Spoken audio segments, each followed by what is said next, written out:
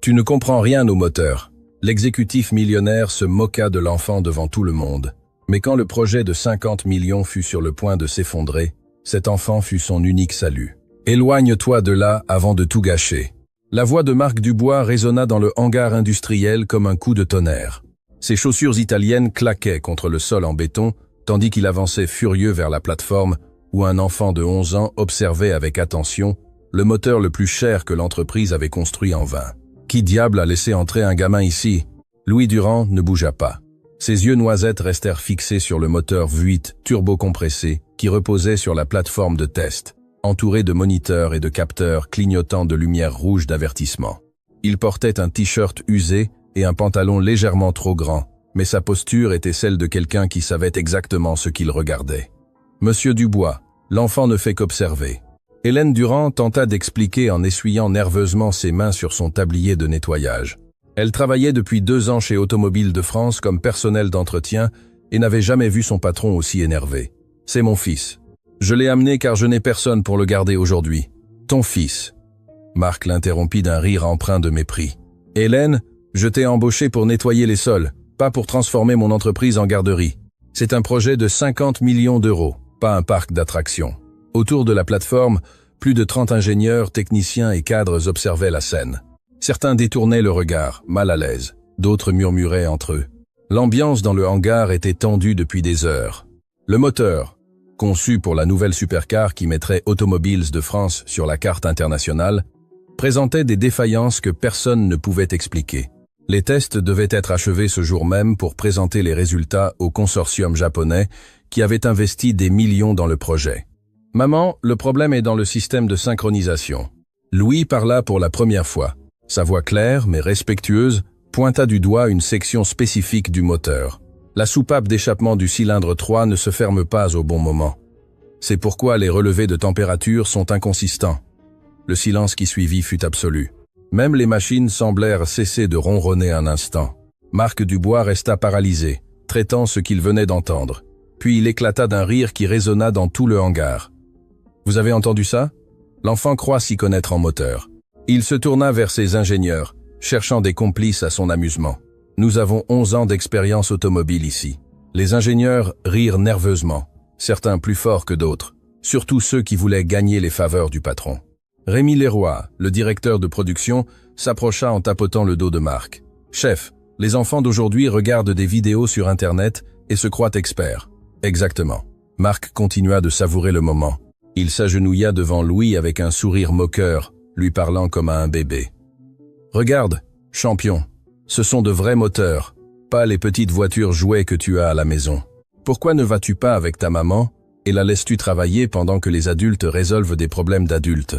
Louis garda son calme, mais ses yeux s'humidifièrent légèrement, non pas à cause des mots de Marc, mais à cause de la honte qu'il voyait sur le visage de sa mère.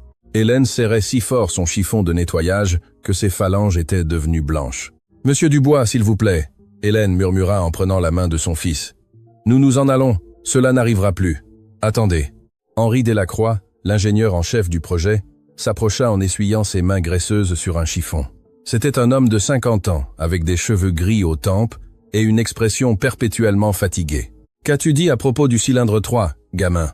Henri, ne me dis pas que tu vas perdre ton temps avec ça. » Marc le regarda avec incrédulité. « Nous cherchons le problème depuis 7 heures. » Henri répondit fermement. « Et cet enfant vient de mentionner spécifiquement le cylindre 3, qui est exactement là où les relevés ont été les plus erratiques. C'est une coïncidence. » Marc gesticula exaspéré. Il a probablement entendu quelqu'un mentionner le cylindre 3 et il répète comme un perroquet. Personne n'a mentionné le cylindre 3 à voix haute. Intervint Sophie Bernard, l'assistante technique, en vérifiant ses notes. Nous nous sommes tous concentrés sur le système d'injection, car les premières lectures suggéraient cela. L'ambiance changea subtilement. Certains ingénieurs se regardèrent avec une curiosité sincère. D'autres restaient sceptiques, les bras croisés. Louis, Henri s'agenouilla devant l'enfant, ignorant le regard furieux de Marc. Comment sais-tu cela à propos du cylindre 3? Par le motif de vibration, Louis expliqua, sa voix gagnant en assurance. Quand le moteur accélère, il y a une vibration anormale tous les 4 temps. Cela signifie qu'un des cylindres ne complète pas son cycle correctement. Et par l'emplacement du capteur de température qui affiche des relevés erratiques sur le moniteur 3, Ça doit être le cylindre 3, car c'est le seul dans cette zone thermique. Henri cligna des yeux plusieurs fois. L'explication était techniquement solide. Trop solide pour un enfant de 11 ans. « Où as-tu appris ça ?» demanda-t-il, véritablement intrigué. « Mon papa me l'a appris. » Louis répondit. Et pour la première fois, sa voix trembla légèrement, avant qu'il ne meure. Hélène ferma les yeux, retenant ses larmes. Cela faisait 3 ans qu'ils avaient perdu Jean, son mari qui avait été mécanicien autodidacte toute sa vie, qui avait passé chaque après-midi libre à enseigner à son fils tout ce qu'il savait sur les moteurs. « Quelle émotion !» Marc l'interrompit avec sarcasme. « Mais ce n'est pas un garage de quartier. C'est un moteur de compétition avec une technologie de pointe. Ça ne se répare pas avec les techniques de ton papa, le mécanicien. » La cruauté de ces mots coupa l'air comme un couteau. Plusieurs ingénieurs détournèrent le regard, mal à l'aise avec le niveau de cruauté de leur patron, mais personne ne dit rien. Marc Dubois était connu pour licencier quiconque le contredisait. « Monsieur Dubois !» Hélène parla d'une voix tremblante mais ferme. « Mon mari était un excellent mécanicien. Il a travaillé en rallye automobile pendant 15 ans. »« Rallye !» Marc éclata de rire. « C'est jouer dans la boue, ma chère. Ici, c'est de l'ingénierie de précision allemande. »« Ingénierie allemande qui ne fonctionne pas depuis 7 heures, » murmura quelqu'un parmi les ingénieurs. Ce n'était pas assez bas. Marc se retourna, cherchant le coupable, son visage rougi de fureur. « Qui a dit ça ? Qui ?» Personne ne répondit. Le hangar était si silencieux qu'on pouvait entendre le ronronnement des ventilateurs de refroidissement. « Écoutez !» Marc s'adressa à toute l'équipe, retrouvant son calme, mais avec un sourire dangereux. « Nous sommes clairement tous fatigués. Nous travaillons depuis des heures et maintenant nous écoutons les conseils d'ingénierie d'un enfant. » Il fit une pause dramatique. « Alors, rendons ça intéressant. » Il sortit son portefeuille et en extirpa plusieurs billets. Il les compta délibérément, s'assurant que tous voient le montant. « 5 000 €, annonça-t-il en montrant l'argent. « 5 000 € en espèces pour celui qui résoudra ce problème dans la prochaine heure. » Les ingénieurs murmurèrent avec enthousiasme. 5 000 € représentaient presque 3 mois de salaire pour beaucoup d'entre eux. Mais il y a une condition. Marc continua, souriant malicieusement tout en regardant directement Louis. Si le petit génie est si sûr de son diagnostic qu'il nous le prouve, s'il a raison à propos du cylindre 3, je lui donne l'argent. Monsieur Dubois, ce n'est pas... Hélène tenta de protester. Ce n'est pas quoi? Juste. Marc l'interrompit. Je crois que c'est très juste. Ton fils vient ici, interrompt un projet de millions, fait des diagnostics comme s'il était ingénieur. S'il est aussi intelligent qu'il en a l'air, qu'il le prouve. Et s'il se trompe, il fit une pause, laissant le suspense grandir. S'il se trompe, tu es licencié pour avoir apporté des distractions sur le lieu de travail. Le hangar explosa en murmures. Ce n'était plus une simple discussion, mais un spectacle cruel. Hélène pâlit, sentant ses jambes trembler. Elle avait désespérément besoin de ce travail. Le salaire leur suffisait à peine pour couvrir le loyer et la nourriture, mais sans lui, elle et Louis se retrouveraient à la rue. C'est injuste. Henri proteste. L'enfant n'a pas demandé ça. La vie est injuste, Henri, Marc répondit froidement. Et c'est mon hangar, mes règles. Il regarda Louis avec dédain. Qu'en dis-tu, champion? Es-tu si sûr de ton diagnostic pour risquer le travail de ta mère? Tous les regards se tournèrent vers l'enfant de 11 ans qui portait désormais une responsabilité qu'aucun adulte ne devrait lui imposer. Louis regarda sa mère, vit les larmes qu'elle essayait de retenir, vit la peur dans ses yeux, puis regarda le moteur, la machine complexe que tous les ingénieurs diplômés d'université n'avaient pas pu réparer. « Non, Louis », Hélène murmura, lisant la détermination dans les yeux de son fils. « Tu n'as rien à prouver, maman. » Louis serra sa main. « Papa m'a appris que quand tu sais que quelque chose ne va pas, tu dois le dire, même si tu as peur. Quel courage !» Marc applaudit lentement. Son sarcasme était palpable. « Le petit héros qui sauvera la situation. Ça va être amusant. J'accepte. » Louis dit d'une voix claire, bien que ses mains tremblaient légèrement, mais à une condition. Marc leva un sourcil, surpris par l'audace. « Tu poses des conditions ? Si j'ai raison, et le problème est dans le cylindre 3, vous ne me donnez pas seulement l'argent, vous vous excusez aussi auprès de ma maman pour l'avoir si maltraitée toutes ces années. » Le silence qui suivit fut assourdissant. Personne, absolument personne, n'avait parlé ainsi à Marc Dubois dans sa propre entreprise. Les ingénieurs retinrent leur souffle, attendant l'explosion, mais Marc se contenta de sourire. Un sourire froid et calculateur. Marché conclu. Et quand tu te tromperas et que ta mère perdra son travail, Tu te souviendras de ce moment comme de la fois où ton arrogance enfantine a gâché ta vie. Mark, Chestrop. Henry tenta d'intervenir une fois de plus. C'est un accord volontaire entre deux parties. Mark le coupa. L'enfant a accepté. Les témoins sont là. Il regarda autour du hangar. Tout le monde a entendu. Le petit génie va diagnostiquer notre moteur. Ça va être mieux que la télévision. Louis lâcha la main de sa mère et s'approcha de la plateforme. Henry, voyant qu'il n'y avait aucun moyen d'arrêter cela, soupira, résigné, et lui offrit une paire de gants de sécurité. Si tu vas faire ça, au moins fais-le avec protection. L'enfant mit les gants qui étaient énormes sur ses petites mains. Il s'approcha du moteur avec une révérence qui surprit plusieurs ingénieurs. Il ne le toucha pas immédiatement. Il l'observa d'abord sous différents angles, comme s'il lisait quelque chose d'invisible pour les autres. « Puis-je demander d'allumer le moteur ?» demanda-t-il. « L'allumer » Rémi Leroy protesta. « Nous essayons depuis des heures de ne pas l'allumer pour ne pas causer plus de dégâts. »« J'ai besoin de l'écouter, » Louis expliqua. « Les moteurs parlent si vous savez écouter. » Mon papa disait ça. Oh mon Dieu. Marc leva les yeux au ciel. Les moteurs parlent. Parfait. Suivant. Il va me dire qu'il chante des berceuses. Certains ingénieurs rirent, mais le rire était forcé. Il y avait quelque chose dans le sérieux de l'enfant qui commençait à susciter une curiosité sincère. « Henri, allume-le » Marc ordonna avec un sourire. « Donnons à l'enfant ce qu'il demande. Quand le moteur explosera par sa stupidité, ce sera encore plus amusant. Le moteur n'explosera pas si nous le maintenons à bas régime, » Henri murmura, bien qu'il activa les protocoles de sécurité. Tous reculés de 5 mètres. Activation du système de démarrage. Le hangar fut rempli du rugissement du moteur V8. C'était un son puissant, agressif, le genre de son qui faisait trembler la poitrine. Mais pour des oreilles entraînées, il y avait quelque chose de discordant, une note fausse dans une symphonie mécanique. Louis ferma les yeux, se concentrant entièrement sur le son. Son visage montrait une concentration absolue, bloquant les rires nerveux, les murmures sceptiques, la pression de 30 adultes l'observant comme un animal dans un zoo. Après 30 secondes, il ouvrit les yeux. « Éteignez-le. » Henri obéit. Le silence qui suivit fut presque aussi assourdissant que le moteur. « C'est le cylindre 3. » Louis confirma avec une certitude absolue. « Mais ce n'est pas la soupape d'échappement comme je l'ai pensé initialement. C'est pire, pire. » Henri s'approcha, son scepticisme commençant à se transformer en curiosité professionnelle. « Il y a une fracture microscopique à la base du piston. Elle n'est pas visible sur les caméras car elle est dans un angle mort. Mais je peux entendre le piston perdre de la compression au point mort haut. C'est pourquoi la soupape ne se ferme pas correctement. Ce n'est pas un problème de synchronisation, c'est un problème structurel. » Le visage d'Henri pâlit. Si l'enfant avait raison, il n'était pas face à un défaut de réglage qui pouvait être réparé en 1 heure. C'était un défaut de fabrication qui nécessiterait le démontage complet du moteur et éventuellement la refabrication du piston à zéro. « C'est impossible à savoir juste en écoutant, » Rémi protesta, bien que sa voix manquait de conviction. Mon papa pouvait diagnostiquer une fracture de bielle juste au son. Louis dit doucement. Il m'a appris comment. Il disait que les moteurs disent toujours la vérité si vous faites attention. C'est ridicule. Marc intervint, bien que sa confiance commençait à montrer des fissures. Henri, démonte le cylindre 3 et prouve à cet enfant qu'il invente des histoires. Marc, si ce qu'il dit est vrai, c'est grave. Henri répondit, se dirigeant déjà vers la boîte à outils. Une fracture dans le piston signifie que toute la chaîne de production pourrait être compromise.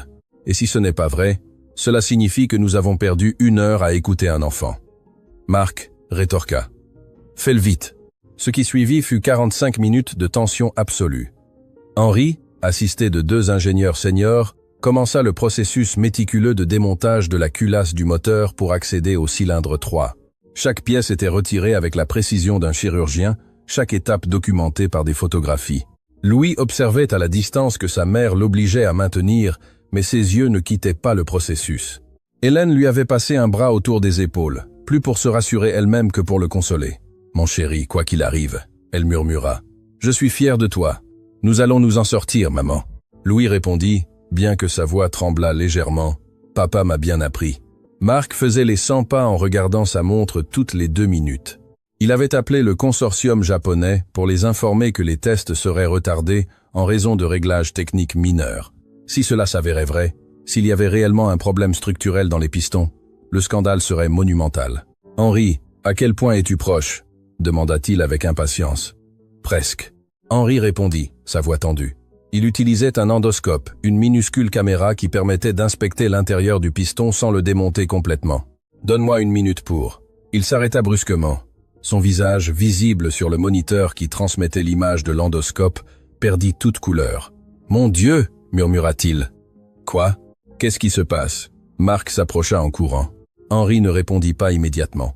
Il agrandit l'image sur le moniteur, ajusta le contraste, vérifia sous un autre angle, puis se redressa lentement, regardant Louis comme s'il voyait un fantôme. « Il y a une fracture », annonça-t-il, sa voix presque inaudible, exactement là où l'enfant a dit « une fracture microscopique à la base du piston dans un angle mort des caméras. Elle est presque invisible, mais elle est là. » Le hangar explosa. Des ingénieurs coururent vers le moniteur pour vérifier. Rémi Leroy resta paralysé, bouche bée. Sophie Bernard couvrit sa bouche de ses deux mains, les yeux grands ouverts. Et Marc Dubois, l'exécutif millionnaire qui avait passé la dernière heure à humilier un enfant de 11 ans, resta complètement immobile, voyant son monde soigneusement construit commencer à s'effondrer parce qu'un enfant en t-shirt usé venait de faire quelque chose que 30 ingénieurs diplômés d'université n'avaient pas réussi. Et tous, absolument tous dans ce hangar, venaient d'être témoins de quelque chose qui changerait tout pour toujours.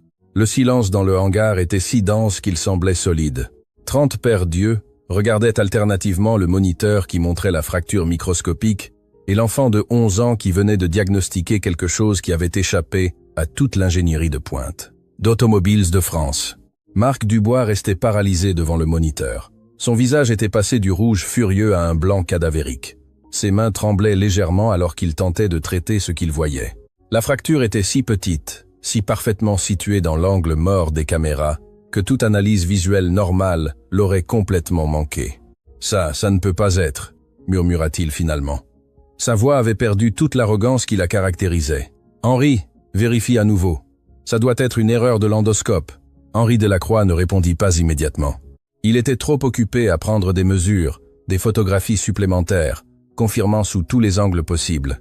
Quand il se redressa finalement et regarda son patron, il y avait quelque chose dans ses yeux que Marc n'avait jamais vu auparavant. Une déception profonde. « Ce n'est pas une erreur. » Henri dit d'une voix ferme. « La fracture est réelle, Marc. Et d'après les caractéristiques de la fissure, je dirais qu'elle s'est produite pendant le processus de fonderie. Cela signifie que potentiellement tous les pistons de cette série pourraient être compromis. Tous !»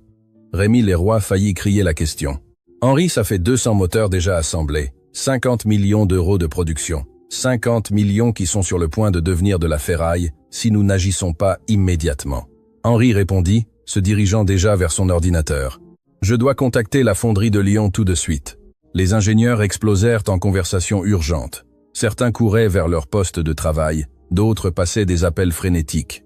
Le projet qui devait être le triomphe d'Automobiles de France s'était transformé en cauchemar en quelques secondes.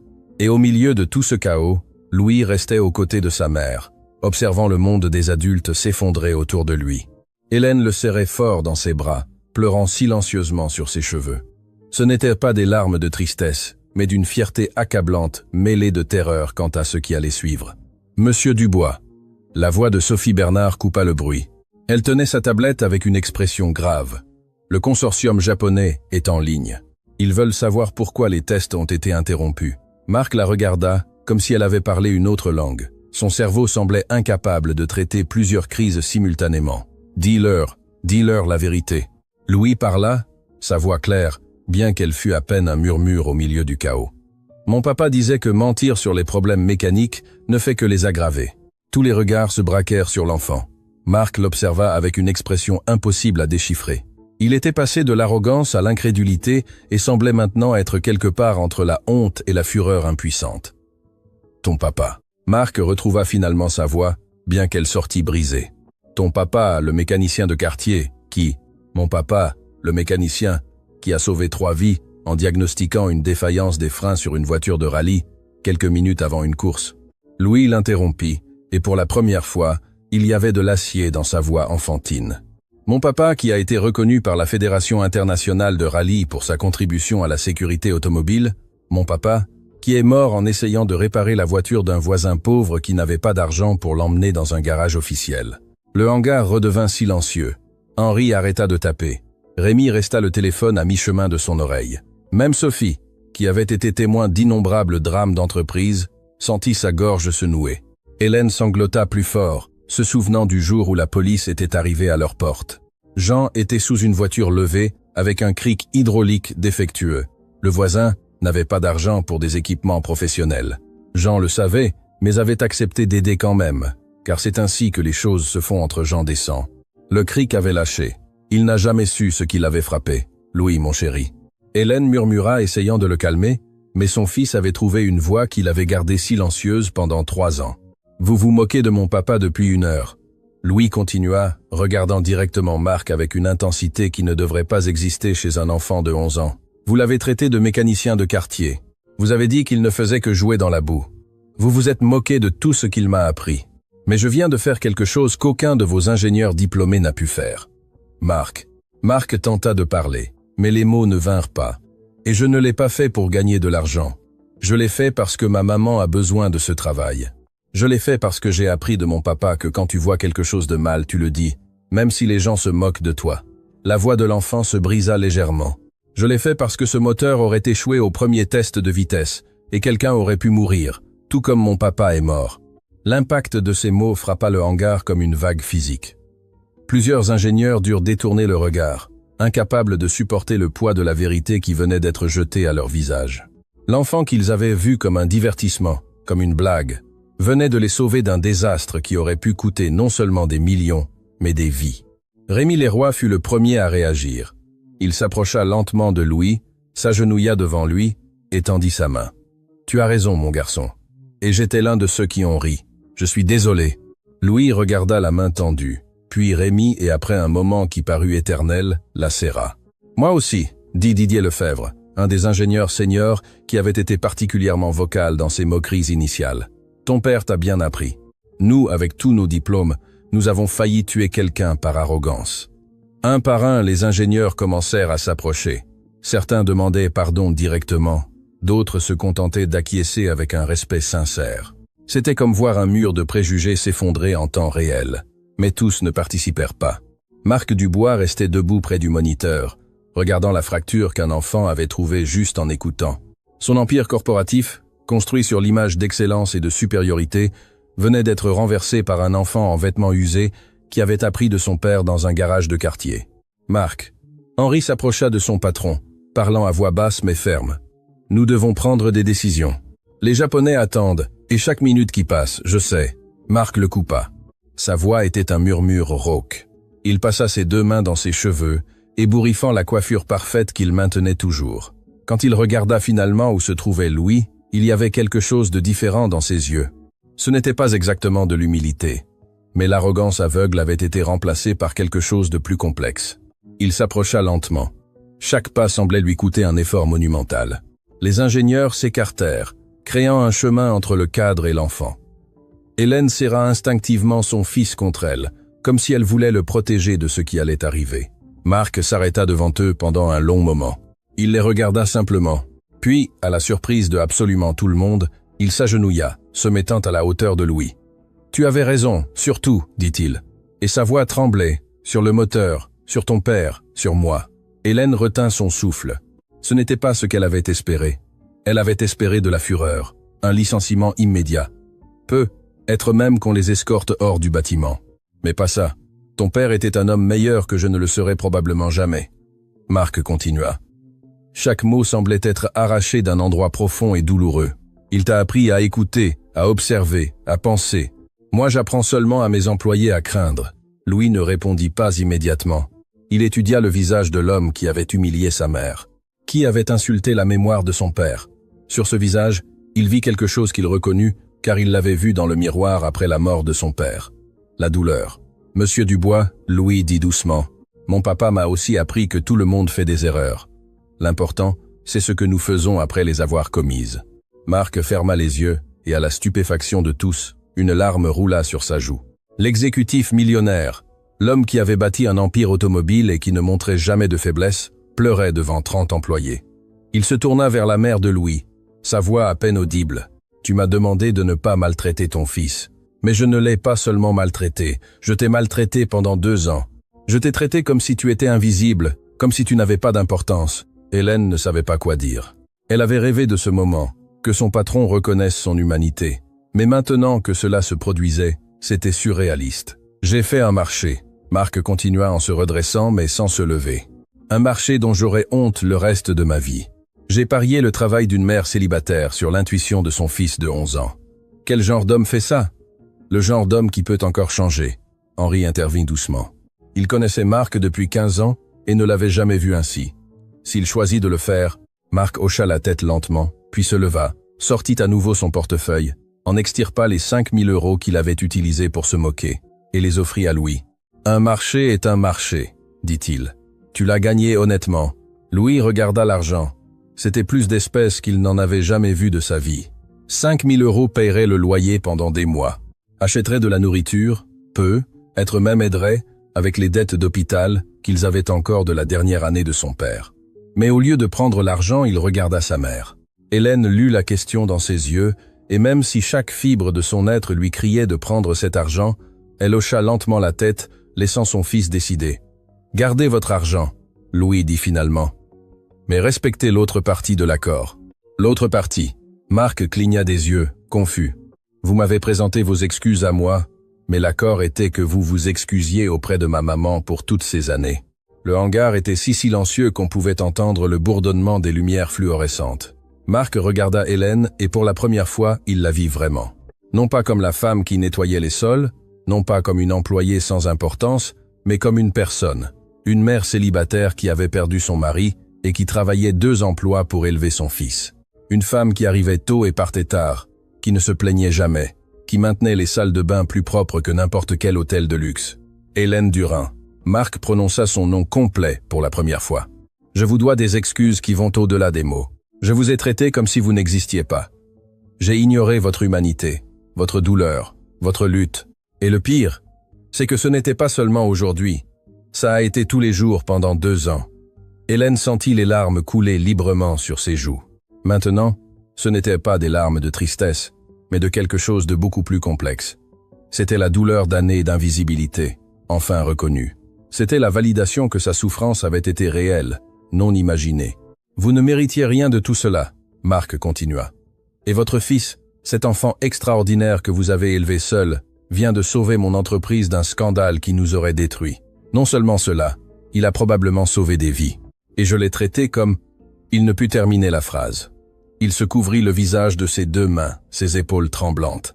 Sophie Bernard s'approcha avec une boîte de mouchoirs, les offrant d'abord à Hélène, puis à Marc.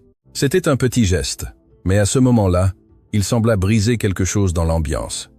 La tension commença à se transformer en quelque chose de différent. Pas exactement du pardon, mais peut être le début d'un chemin vers celui-ci. « Monsieur Dubois », Hélène retrouva finalement sa voix. « J'accepte vos excuses, mais plus important encore, il faut que vous compreniez quelque chose. »« Quoi ? Mon fils n'a pas fait ça pour vous humilier. Il l'a fait parce qu'il a vu un problème et savait comment le résoudre. Parce que son père lui a appris que la connaissance doit servir à aider, pas à impressionner. » Marc hocha la tête, absorbant chaque mot comme si c'était une leçon fondamentale qu'il avait manqué toute sa vie. « Et si vous voulez vraiment bien faire les choses, » Hélène continua, sa voix gagnant en force. « Il ne s'agit pas d'argent ou d'excuses. Il s'agit de la façon dont vous traitez vos employés à partir de maintenant, nous tous. » Elle regarda autour du hangar, vers les ingénieurs, les techniciens, même vers le personnel de nettoyage qui était apparu aux portes, attiré par le tumulte. « Chaque personne ici a une histoire. » Hélène dit, « Tous ont des connaissances, des talents, des vies en dehors de cet endroit. Les traiter comme invisibles ne vous rend pas plus grand. Cela ne fait que vous rendre plus petit. » Le silence qui suivit fut différent de tous les précédents. Il n'était pas tendu ou inconfortable, il était réfléchi. Chaque personne dans ce hangar traitait les maux d'une femme qui avait été ignorée pendant 2 ans, mais qui venait de donner la leçon de leadership la plus puissante que beaucoup d'entre eux avaient entendue. « Vous avez raison », Marc parla finalement. « Et je ne sais pas comment corriger 2 ans d'être un mauvais patron en un jour, mais il fut interrompu par le son aigu d'un téléphone. » Sophie décrocha, écouta brièvement, et son visage pâlit. « Marc, c'est urgent. Le directeur de la fonderie de Lyon, il dit qu'ils ont besoin de vous parler immédiatement de quelque chose qu'ils ont trouvé dans les registres de qualité. » Le moment de vulnérabilité s'évapora instantanément, remplacé par la crise corporative qui les entourait toujours. Marc se redressa essuyant son visage rapidement, essayant de retrouver un peu de sa prestance professionnelle. Qu'ont-ils trouvé? Il n'a pas voulu le dire au téléphone, mais son ton, Marc, semblait effrayé. Marc prit le téléphone, s'éloignant de quelques pas. La conversation fut brève, mais intense.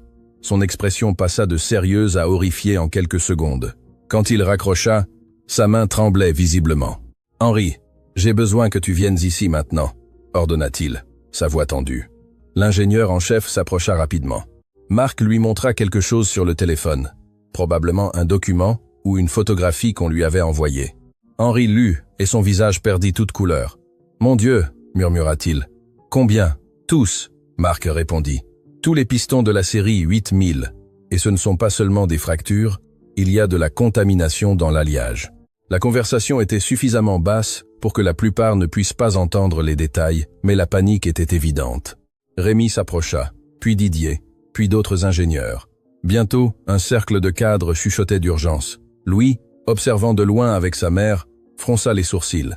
Il y avait quelque chose dans leur façon de parler, dans leurs expressions, qui lui disait que c'était pire qu'une simple fracture. « Maman, » murmura-t-il, « je crois qu'il y a plus de problèmes. »« Ce n'est pas notre affaire, mon chéri. » Hélène répondit, mais même elle ne semblait pas convaincue. « Tu as déjà fait ta part, mais s'il y a de la contamination dans l'alliage, comment sais-tu que c'est de la contamination ?» Hélène le regarda, surprise. « Je peux lire un peu sur leurs lèvres. » Et M. Dubois a dit alliage. S'il y a des fractures et des problèmes avec l'alliage, cela signifie que le métal n'est pas pur. Papa m'a appris ça. À ce moment-là, Marc se tourna vers la mère et le fils. Son expression était indéchiffrable. Louis, sa voix ferme, mais pas hostile. « J'ai encore besoin de ton aide. » Le hangar redevint silencieux. Les ingénieurs se regardèrent avec des expressions mêlant incrédulité et résignation. L'exécutif millionnaire demandait de l'aide à l'enfant de 11 ans. « Nous venons de découvrir que le problème est plus grave que nous ne le pensions, » Marc expliqua, tandis que Louis et Hélène s'approchaient. La fonderie confirme qu'il y a de la contamination dans l'alliage d'aluminium, mais ils ne savent pas de quel type ni à quel niveau. Et sans cette information, ils ne peuvent pas savoir quels moteurs sont sûrs et quels ne le sont pas. Louis compléta la phrase. Exactement. Et avant que nous ne dépensions des millions en analyses de laboratoire qui prendraient des semaines, j'ai besoin de savoir. Marc fit une pause comme si les mots suivants lui faisaient physiquement mal. J'ai besoin de savoir si ton père t'a appris quelque chose sur le diagnostic de contamination dans les alliages. Louis regarda sa mère, cherchant la permission. Hélène était partagée. D'un côté, son fils en avait déjà fait plus que suffisant. De l'autre, cela pourrait être une opportunité de changer complètement leur vie. Jean avait une méthode. Hélène dit finalement, il l'appelait « lecture de résonance ». Il disait que le métal contaminé sonne différemment du pur. Lecture de résonance. Henri s'approcha, intrigué. C'est une technique ancienne. Presque personne ne l'utilise plus, parce que personne ne sait comment la faire correctement. Louis expliqua. Cela demande une oreille absolue et beaucoup de pratique. Mon papa a travaillé avec un maître fondeur du sud de la France, qui le lui a appris. Ensuite, il me l'a appris. Marc et Henri échangèrent des regards. C'était de la folie.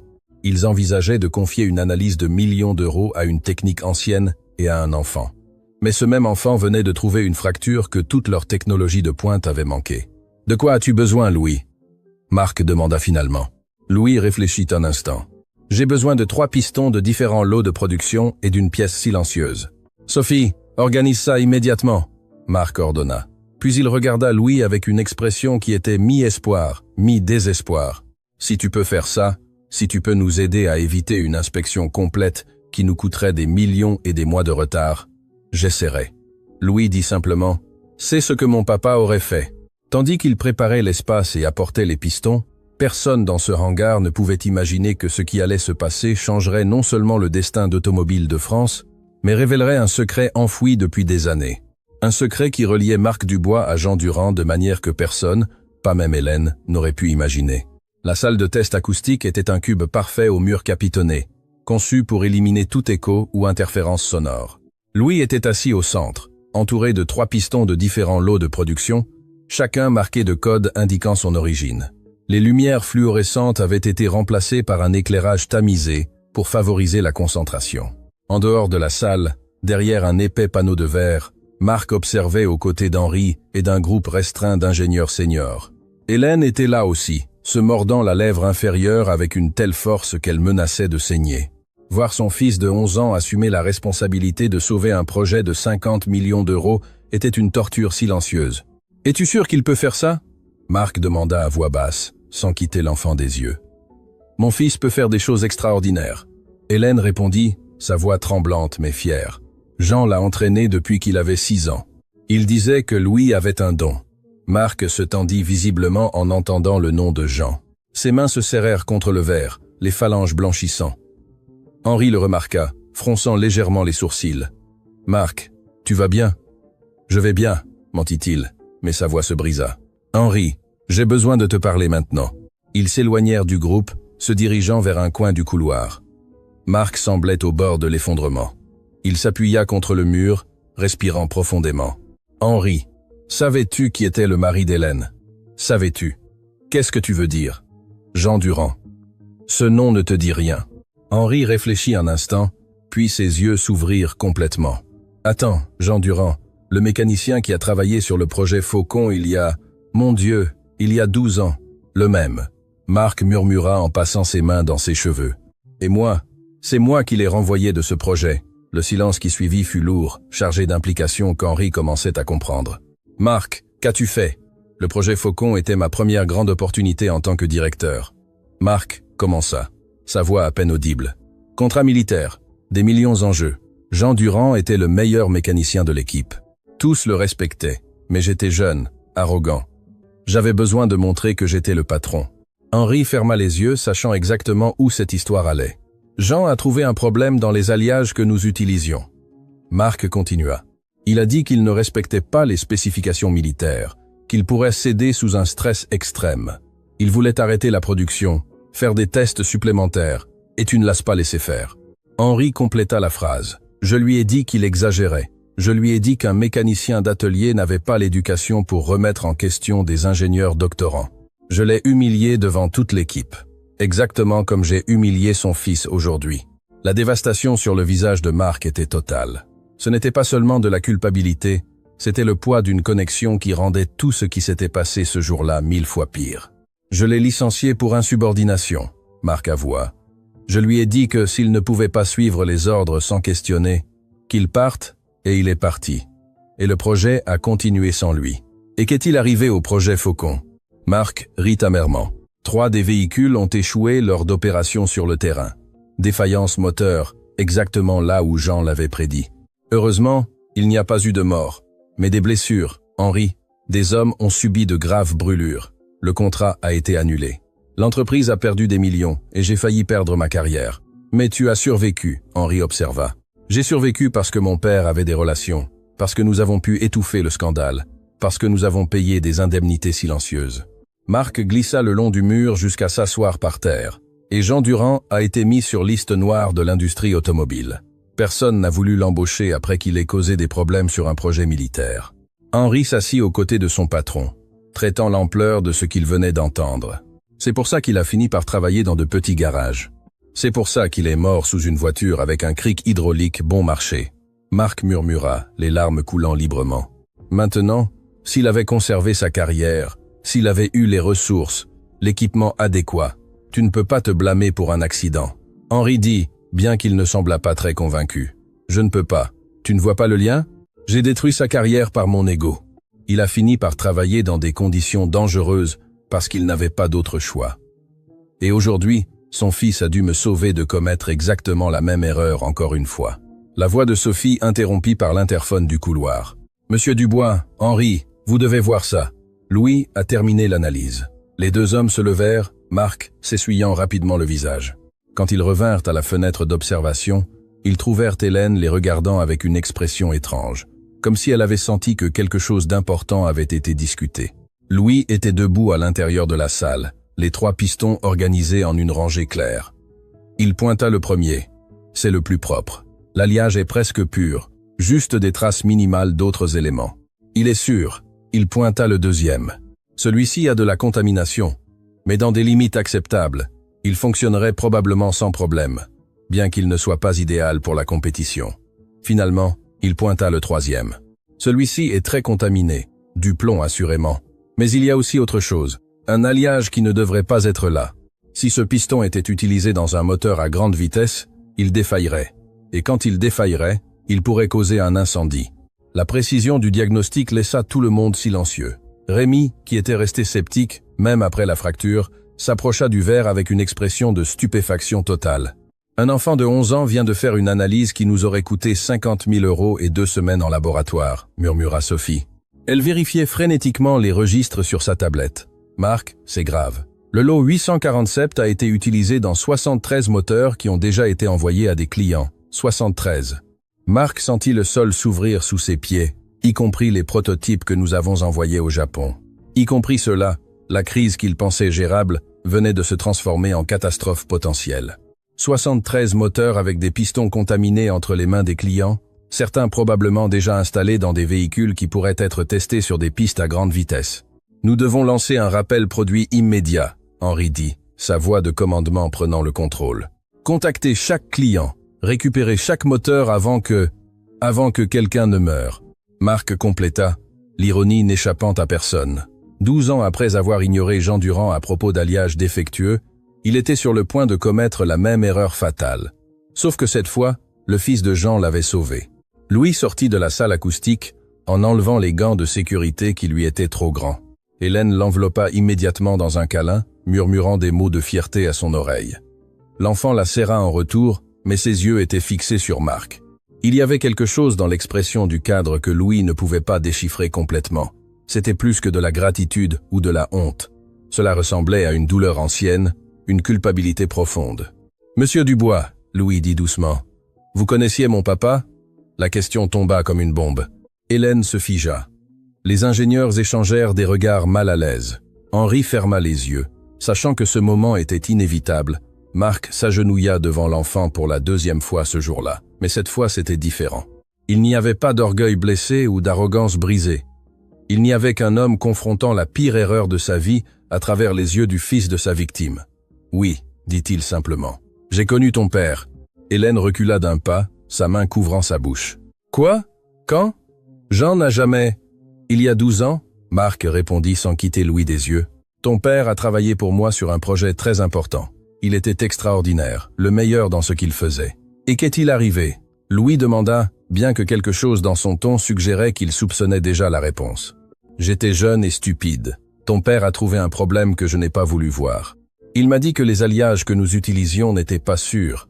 Et moi, au lieu de l'écouter, la voix se brisa. » Hélène avait commencé à pleurer. Des pièces d'un puzzle qu'elle n'avait jamais complètement compris commençaient à s'assembler. Elle se souvenait de Jean rentrant à la maison il y a 12 ans, défait, disant qu'il avait été licencié pour avoir posé trop de questions. Elle se souvenait de ses difficultés à trouver du travail après, de sa réputation ternie. « Vous avez ruiné sa carrière », Hélène dit. Ce n'était pas une question, mais une réalisation douloureuse. « Oui, Marc admit, et je suis sûr que j'ai indirectement contribué aux circonstances qui ont conduit à sa mort. S'il avait conservé sa position, ses ressources, son accès à un équipement adéquat, il serait encore en vie. » Hélène termina, sa voix brisée. Le hangar, qui quelques instants auparavant avait été rempli d'une activité urgente, était maintenant plongé dans un horrible silence. Les ingénieurs qui avaient tout vu ne savaient où regarder. Sophie avait des larmes qui coulaient sur son visage. Rémi avait dû s'asseoir, submergé par la tragédie qui se déroulait. « Mon papa n'a jamais dit du mal de vous. » Louis dit finalement, sa voix étonnamment calme. Quand je lui demandais pourquoi il ne travaillait pas dans de grands endroits, il disait seulement que parfois faire ce qui est juste a un prix. Marc sanglota audiblement. Ton père était un homme meilleur que je ne le serai jamais, mais vous pouvez essayer de l'être. Louis continua. Mon papa m'a aussi appris qu'il n'est jamais trop tard pour faire ce qui est juste. Aujourd'hui, en demandant de l'aide, en m'écoutant, en admettant vos erreurs, vous faites ce que mon papa aurait voulu que vous fassiez. La sagesse dans les mots de l'enfant était anormale pour quelqu'un de son âge. Mais Jean avait élevé son fils pour qu'il comprenne que le pardon n'était pas une faiblesse, mais la forme la plus élevée de force. Hélène s'approcha de Marc, qui était toujours agenouillé. Elle le regarda longuement, traitant 12 ans de lutte, de questions sans réponse, de se demander pourquoi son mari avait été traité si injustement. Jean m'a dit quelque chose avant de mourir. Elle parla doucement. Il était à l'hôpital après l'accident. Il savait qu'il n'allait pas survivre. Il m'a pris la main et a dit « Ne garde de rancune contre personne. La rancune n'empoisonne que celui qui la porte. Hélène. Marc commença, mais elle leva une main. Je ne peux pas dire que je vous pardonne tout de suite. Cela prendrait du temps, peut-être des années. Ce que vous avez fait à mon mari était injuste et cruel. Mais elle regarda son fils, vit la compassion dans ses yeux. Mais Jean a élevé notre fils pour qu'il soit meilleur que nous. Et Louis vous donne déjà une chance que vous ne méritez peut-être pas. Je ne la mérite pas, Marc approuva. Mais je vais passer le reste de ma vie à essayer de la gagner. Il se leva en s'essuyant le visage. Quand il parla à nouveau, sa voix avait retrouvé de la force, mais c'était une force différente. Ce n'était pas l'arrogance du pouvoir, mais la détermination de quelqu'un qui avait enfin compris le poids de ses actions. Henri, lance le rappel produit immédiatement. Je veux tous les moteurs du lot 847 de retour ici en 48 heures, quel qu'en soit le coût. Cela va être extrêmement cher. Henri avertit. Je me fiche que quelqu'un meure parce que j'ai été trop radin pour faire un rappel approprié. Je ne pourrai pas vivre avec ça. Il regarda Louis.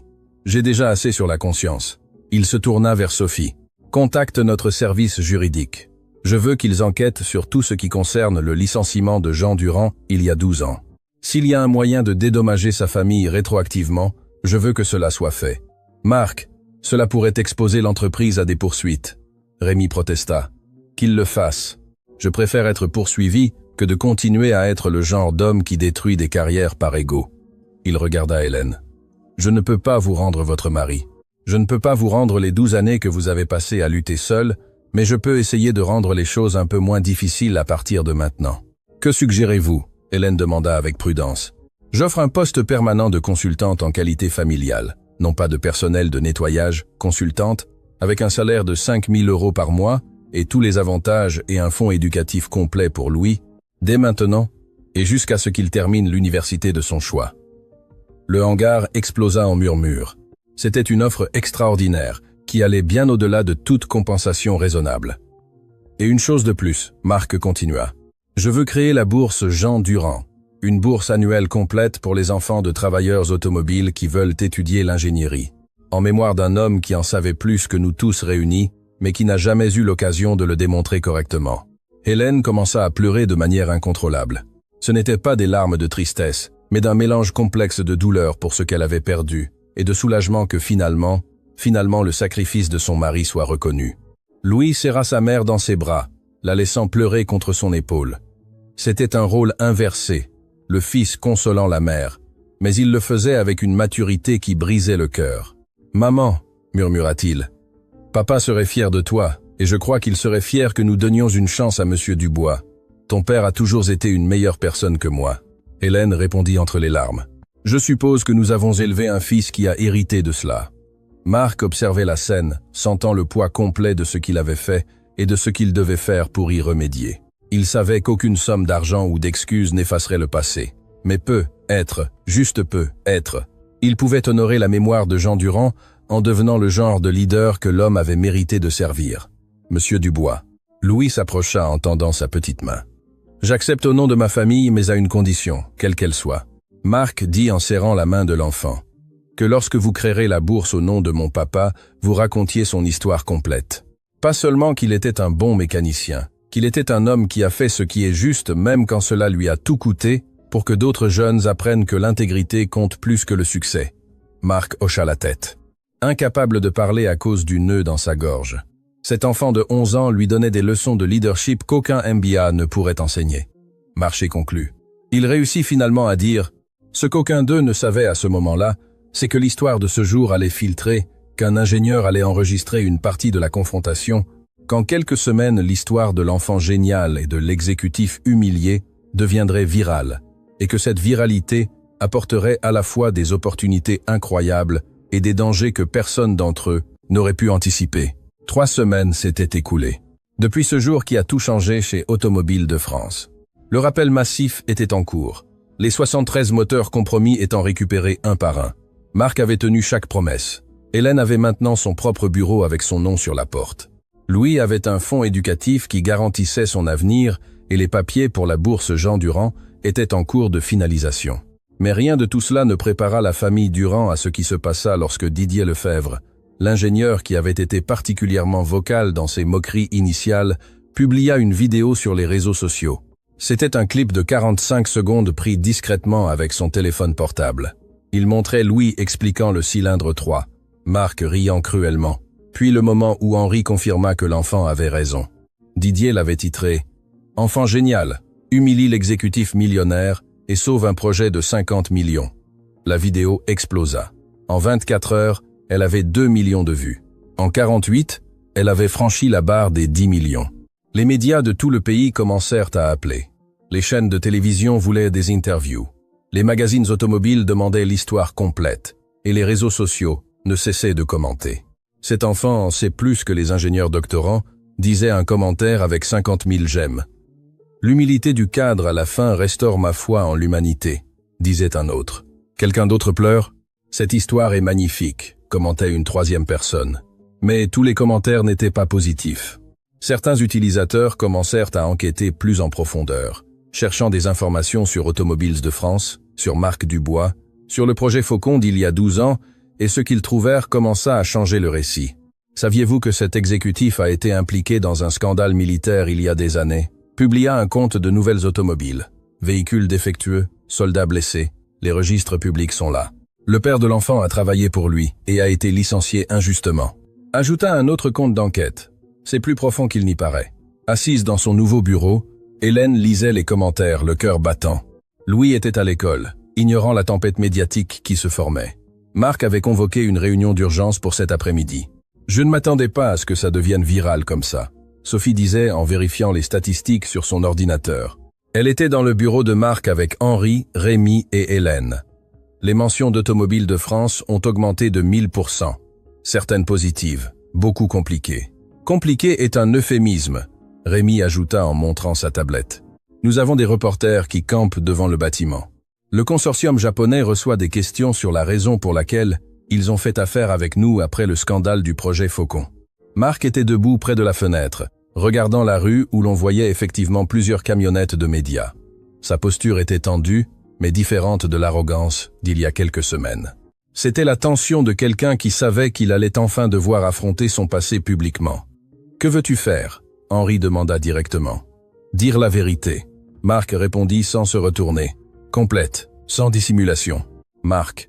Les avocats conseillent de ne pas faire de déclaration publique sur le projet Faucon. Rémi avertit. Cela pourrait rouvrir des enquêtes, des poursuites. Qu'elles se rouvrent. Marc se tourna. Son expression était d'une détermination absolue. J'ai passé 12 ans à me cacher derrière des avocats et des accords de confidentialité. J'ai promis à un enfant de 11 ans de raconter l'histoire complète de son père. Je tiendrai cette promesse. Hélène sentit ses yeux se remplir de larmes. Monsieur Dubois, si vous faites cela, vous pourriez tout perdre. Hélène, j'ai déjà perdu le plus important il y a 12 ans quand j'ai laissé l'ego détruire mon intégrité. Ce que je perds maintenant ne sera que de l'argent et de la réputation, des choses qui peuvent être reconstruites ou qui peuvent vous détruire pour toujours. Rémi insista. Alors, elles me détruiront, Marc dit simplement. Mais au moins je tomberai en disant la vérité. Cet après-midi-là, Marc organisa une conférence de presse, non pas dans l'auditorium corporatif habituel, mais dans le même hangar où tout avait commencé. Ils installèrent un simple podium, des microphones, et permirent à tout média qui souhaitait y assister de le faire. Quand Hélène arriva avec Louis, qui venait de rentrer de l'école, l'endroit était bondé. Des caméras de télévision, des reporters avec des enregistreurs, des photographes. L'enfant s'accrocha à la main de sa mère, submergé par la foule. « Maman, pourquoi il y a tant de monde ? Monsieur Dubois va parler de ton papa. » Hélène expliqua doucement. « Il va dire la vérité sur ce qui s'est passé. » Marc apparut sur le podium, vêtu non pas de son costume d'exécutif habituel, mais de vêtements décontractés, jeans et une simple chemise. C'était un signe symbolique. Il ne parlait pas en tant que PDG d'Automobiles de France, mais en tant qu'homme confrontant ses erreurs. « Bonsoir », commença-t-il, sa voix amplifiée par les microphones. « Mon nom est Marc Dubois, et il y a 3 semaines, j'ai commis une erreur qui a failli me coûter tout. Mais cette erreur n'était que la plus récente d'une longue histoire d'erreurs qui commence il y a 12 ans. » Le hangar redevint silencieux. Les reporters qui avaient chuchoté entre eux se turent. Les caméras se braquèrent entièrement sur lui. « Il y a 12 ans, j'étais un jeune directeur de projet arrogant et désespéré de prouver ma valeur. Nous avions un contrat militaire important, le projet Faucon, pour développer des moteurs de véhicules tactiques, et nous avions le meilleur mécanicien du pays travaillant dans notre équipe, Jean Durand. » Hélène serra la main de Louis. Certaines caméras se tournèrent vers eux, captant l'émotion sur leur visage. Jean a trouvé un problème dans les alliages que nous utilisions. Marc continua, sa voix commençant à se briser. Il m'a dit qu'il ne respectait pas les spécifications, qu'il pourrait céder sous un stress, et moi, dans mon arrogance infinie, je lui ai dit qu'un mécanicien sans diplôme universitaire n'avait pas le droit de remettre en question des ingénieurs doctorants. Les reporters commencèrent à prendre des notes frénétiquement. C'était la confession qu'ils attendaient. Je l'ai humilié devant son équipe. Je l'ai licencié pour insubordination. Je l'ai mis sur liste noire dans l'industrie automobile afin que personne d'autre ne l'embauche. J'ai détruit sa carrière parce que mon ego était plus important que la sécurité. Louis avait commencé à pleurer silencieusement. Hélène le serra dans ses bras, ses propres larmes tombant sur les cheveux de son fils. Et Jean Durand avait raison. Marc éleva la voix. Les véhicules ont défailli, des soldats ont été blessés, et j'ai utilisé l'argent et les relations de ma famille pour étouffer le scandale, payer des accords silencieux et poursuivre ma carrière comme si rien ne s'était passé. Le hangar explosa en murmures. C'était plus que ce que n'importe quel média avait espéré. Ce n'était pas seulement un aveu d'erreur, c'était une confession complète de corruption corporative. Jean Durand n'a jamais pu se remettre de ce que je lui ai fait. Marc continua, les larmes maintenant visibles sur son visage. Il a travaillé dans de petits garages, dans des conditions précaires, parce que je me suis assuré qu'il n'ait pas d'autre choix. Et il y a 3 ans, il est mort dans un accident alors qu'il aidait un voisin qui ne pouvait pas payer un garage professionnel. Sa voix se brisa complètement. Il dut s'arrêter, respirer profondément, s'essuyer le visage. Je ne peux pas dire que ma liste noire a directement tué Jean Durand, mais je peux dire que j'ai contribué aux circonstances qui ont conduit à sa mort. Et pendant 12 ans, j'ai vécu avec cette culpabilité enfouie, me convainquant que je faisais simplement mon travail. Henri, observant d'un côté, sentait sa propre gorge se nouer. Il connaissait Marc depuis 15 ans, mais ne l'avait jamais vu ainsi. Complètement vulnérable, complètement honnête. Il y a 3 semaines, le fils de Jean Durand, un enfant de 11 ans nommé Louis, est venu dans ce hangar avec sa mère Hélène, qui travaille ici au nettoyage. Et j'ai commis la même erreur encore une fois. Je l'ai humilié. Je me suis moqué de lui.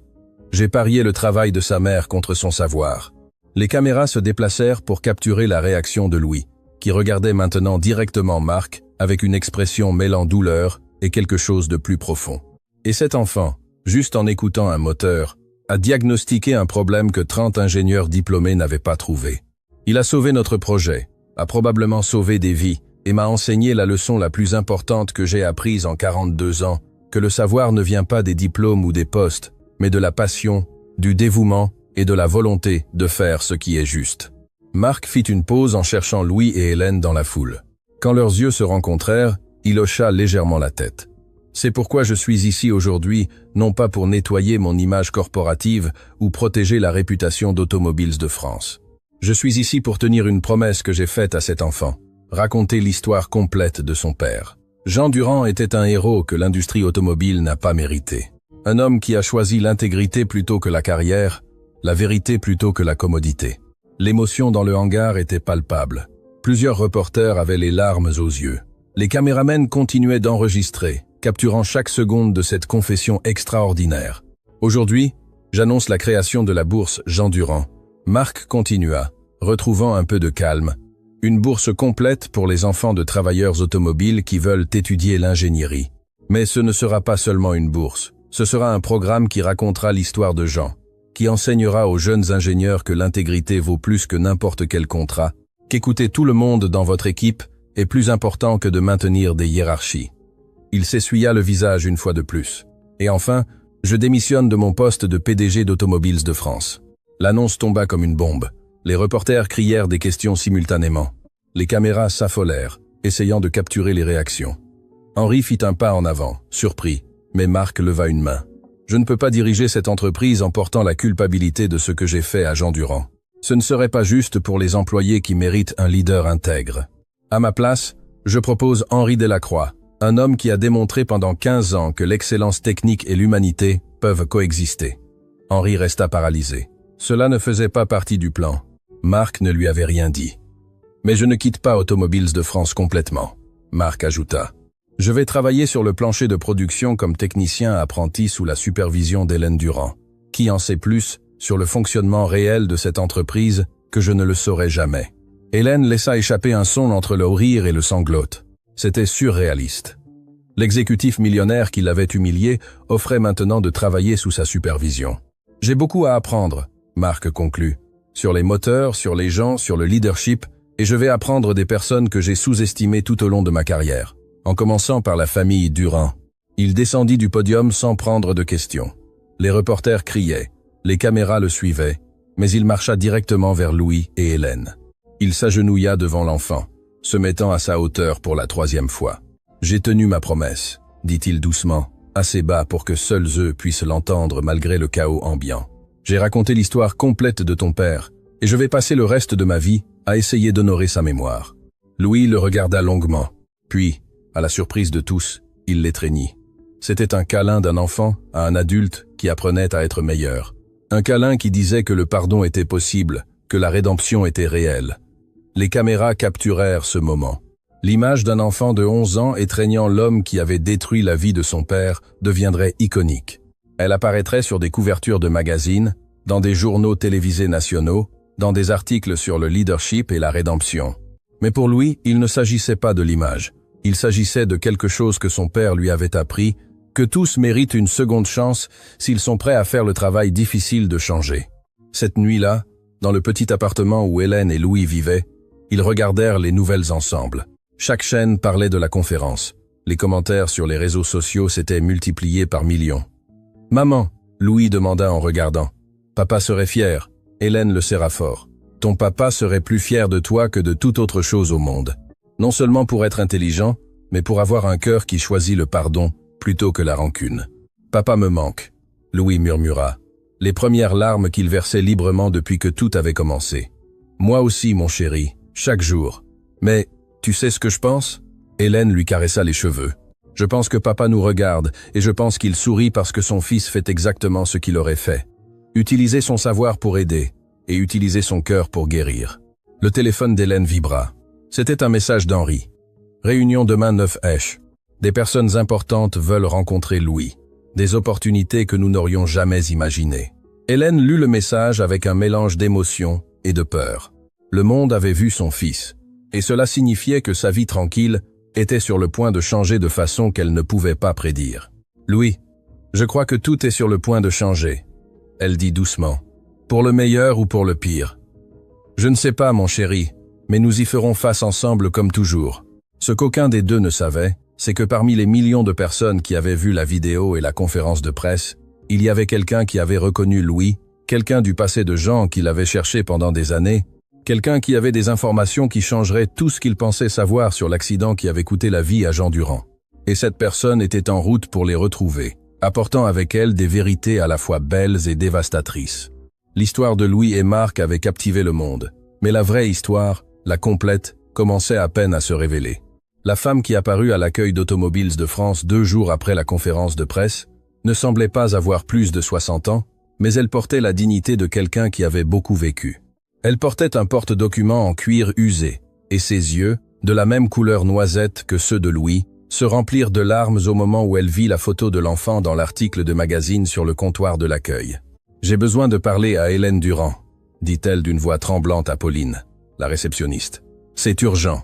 Il s'agit de Jean. » Pauline, qui avait appris à être plus attentive après tout ce qui s'était passé, remarqua quelque chose dans la façon dont la femme prononçait ce nom. Ce n'était pas la curiosité d'une étrangère, c'était une douleur familière. « Vous connaissiez Jean Durand ? C'était mon frère. » La femme répondit, et les larmes finirent par couler. « Et je cherche sa famille depuis 3 ans. » 15 minutes plus tard, Hélène était assise dans son bureau face à une femme qui s'était présentée comme Irène Durand. Louis avait été appelé de l'école et était maintenant assis aux côtés de sa mère, étudiant cette tante qu'il n'avait jamais connue. « Je ne savais pas que Jean avait une sœur », Hélène dit avec prudence. Son mari avait toujours été réservé sur sa famille, disant seulement qu'il s'était éloigné des années auparavant. « Nous nous sommes disputés il y a 15 ans, Irène expliqua, sa voix brisée par le regret. Une stupide discussion sur l'argent, sur l'héritage de nos parents. J'ai dit des choses horribles. Il a dit qu'il ne voulait plus rien savoir de moi et moi, dans mon orgueil, je l'ai laissé partir. » Louis écoutait avec une attention absolue.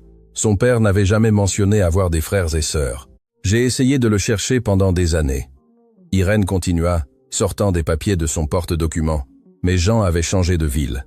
Il travaillait dans de petits garages qui n'avaient pas de registre formel. C'était comme s'il avait disparu. Et quand je l'ai finalement trouvé, sa voix se brisa complètement.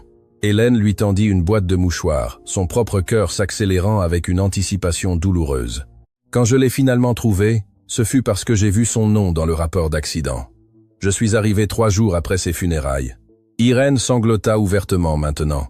3 jours trop tard pour lui demander pardon, pour lui dire que je l'aimais, pour rencontrer mon neveu. Louis sentit quelque chose se briser dans sa poitrine. Cette femme avait perdu son frère de la même manière qu'il avait perdu son père. Il tendit sa petite main et prit celle d'Irène. Elle regarda cette main, si semblable à celle de Jean, et pleura encore plus fort. « Je suis tellement désolé, » Irène murmura. « Je suis désolé de ne pas avoir été là. Je suis désolé que mon orgueil m'ait fait perdre 15 ans avec mon frère. Pourquoi venez-vous maintenant ?» Hélène demanda, non pas avec hostilité, mais avec un besoin sincère de comprendre. Après 3 ans, Irène respira profondément, essayant de retrouver son calme. Parce que j'ai vu la vidéo, j'ai vu Louis diagnostiquer ce moteur, et c'était comme revoir Jean.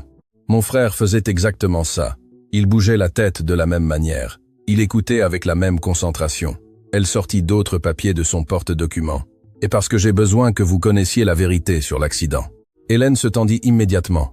Quelle vérité? C'était un accident. Le cric hydraulique a lâché. Il n'a pas lâché par défaut. Irène dit doucement. J'ai enquêté. J'ai engagé un inspecteur privé parce que quelque chose ne me semblait pas clair et j'ai découvert quelque chose que vous devez savoir. Elle posa des photographies sur le bureau.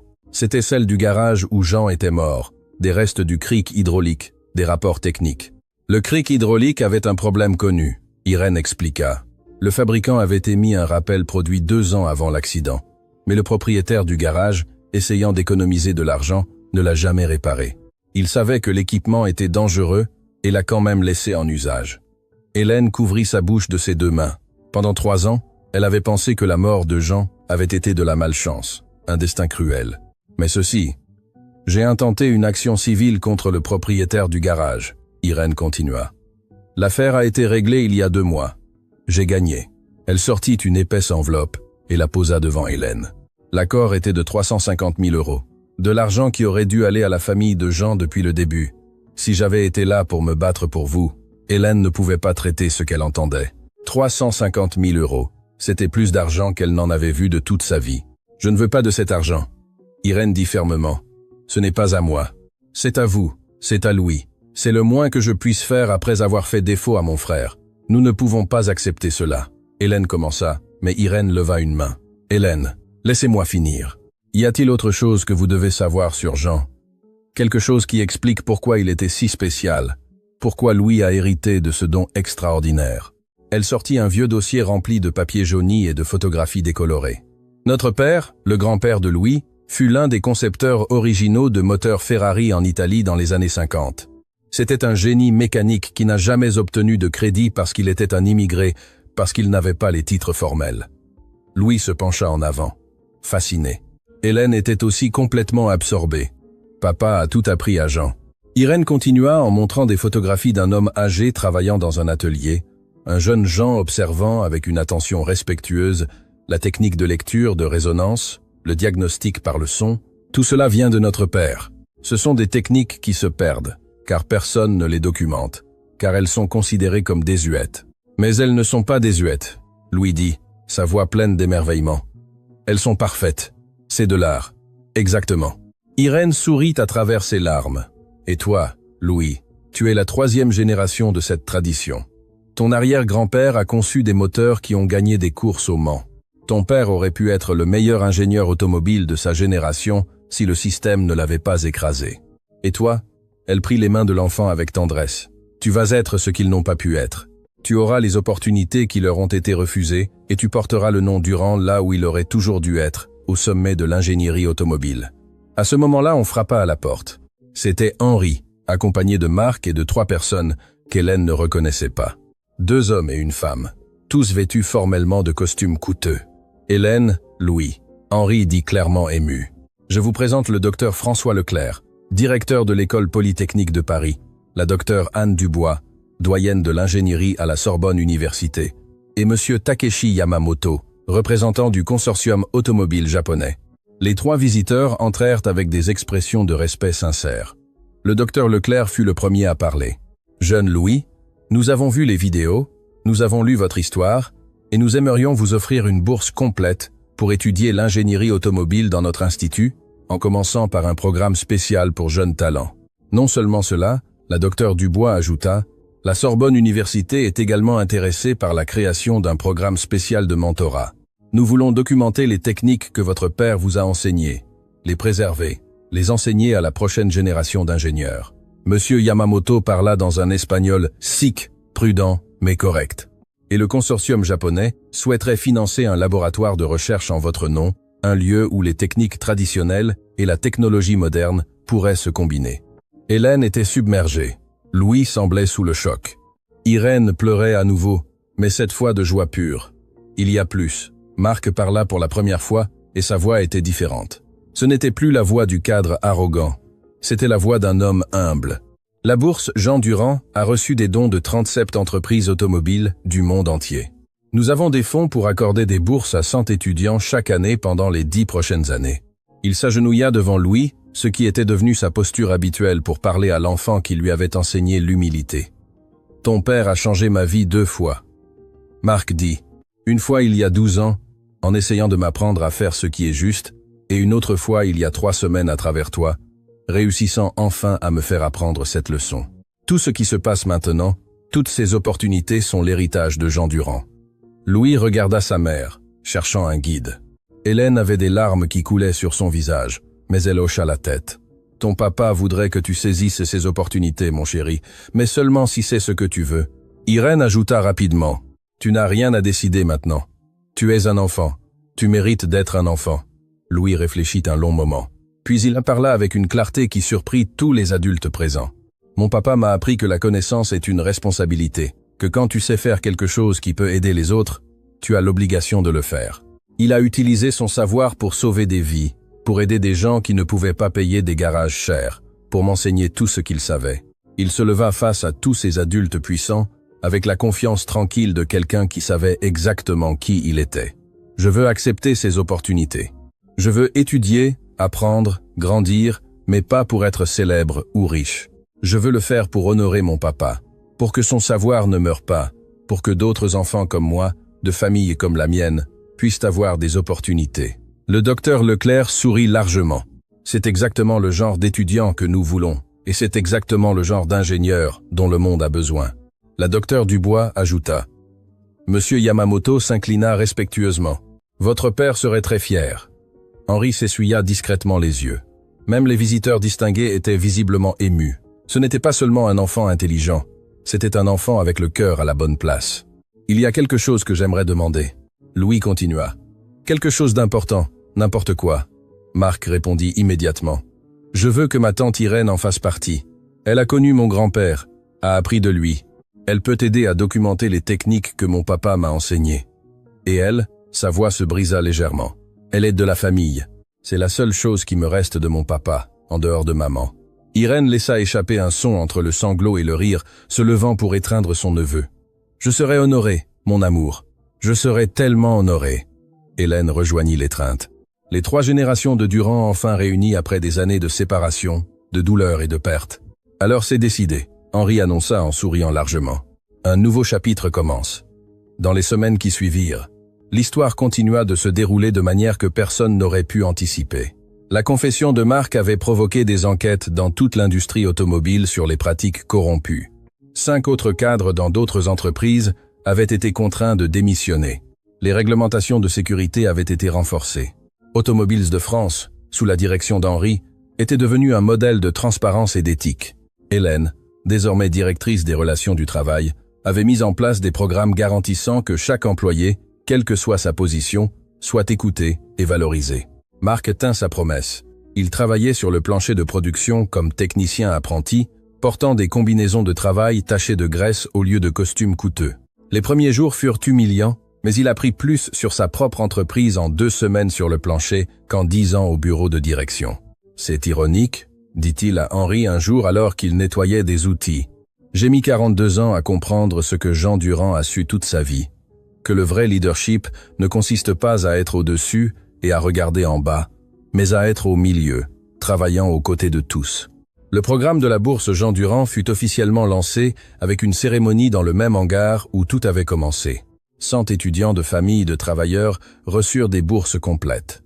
Louis, bien que trop jeune pour aller à l'université, fut invité comme orateur. « Mon papa n'a pas pu être là pour voir ça », dit-il devant des centaines de personnes, y compris des médias nationaux et internationaux. « Mais je sais qu'il nous regarde de quelque part, et je sais qu'il sourit, parce que c'est exactement ce qu'il aurait voulu. Que la connaissance ne se perde pas, que les opportunités ne dépendent pas de combien d'argent vous avez, mais de la passion que vous apportez. » Il fit une pause en regardant sa mère au premier rang, sa tante Irène à côté d'elle, Marc debout au fond avec sa combinaison de travail. « Mon papa m'a appris que les moteurs parlent si vous savez écouter, mais il m'a aussi appris quelque chose de plus important, que les gens parlent si vous êtes prêts à écouter.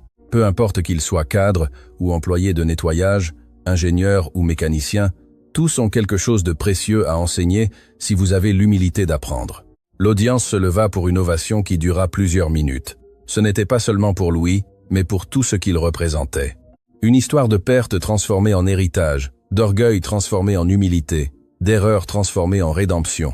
Cette nuit-là, Hélène emmena Louis et Irène au petit cimetière où Jean était enterré. Ils avaient posé une nouvelle pierre tombale, financée par les dons venus du monde entier. Elle ne disait plus seulement son nom et ses dates. Elle disait maintenant Jean Durand, 1975 à 2021. Maître mécanicien, père exceptionnel, homme d'intégrité. Son savoir vivra à travers les générations. Louis déposa un petit outil près de la pierre tombale, une clé à molette qui avait appartenu à son père. « Je t'ai promis que je ne laisserai pas ton savoir mourir, papa. J'ai tenu ma promesse. » Hélène et Irène s'embrassèrent, pleurant ensemble, guérissant ensemble les blessures que le temps et l'orgueil avaient créées. Jean nous enseigne une dernière leçon. Irène dit doucement qu'il n'est jamais trop tard pour la famille, pour le pardon, pour bien faire les choses, et que l'amour ne meurt jamais. Hélène ajouta, « Il ne fait que changer de forme.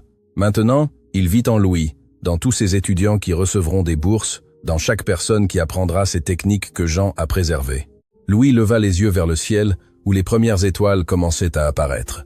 Il sentit, il ne savait pas si c'était réel ou imaginé, une présence chaleureuse, comme si son père était là, invisible, mais présent, fier de tout ce que son fils avait accompli. « Papa, » murmura-t-il, « j'ai changé le monde sans cesser d'être moi-même, comme tu me l'as appris. » Et à ce moment-là, Louis Durand, un enfant de 11 ans qui avait diagnostiqué un moteur juste en l'écoutant, qui avait pardonné à l'homme qui avait détruit sa famille, qui avait transformé la perte en héritage, comprit la leçon la plus importante de toutes.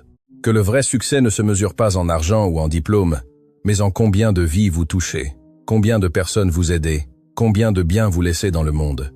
Son père avait été un simple mécanicien pour beaucoup, mais il avait été un géant d'intégrité, un maître du savoir, un héros silencieux.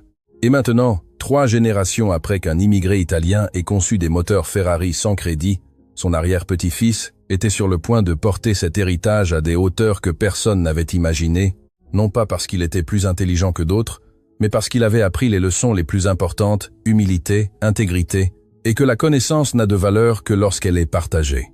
Les moteurs parlent si vous savez écouter, les gens parlent si vous êtes prêts à écouter, et l'amour transcende la mort lorsqu'il se transforme en héritage.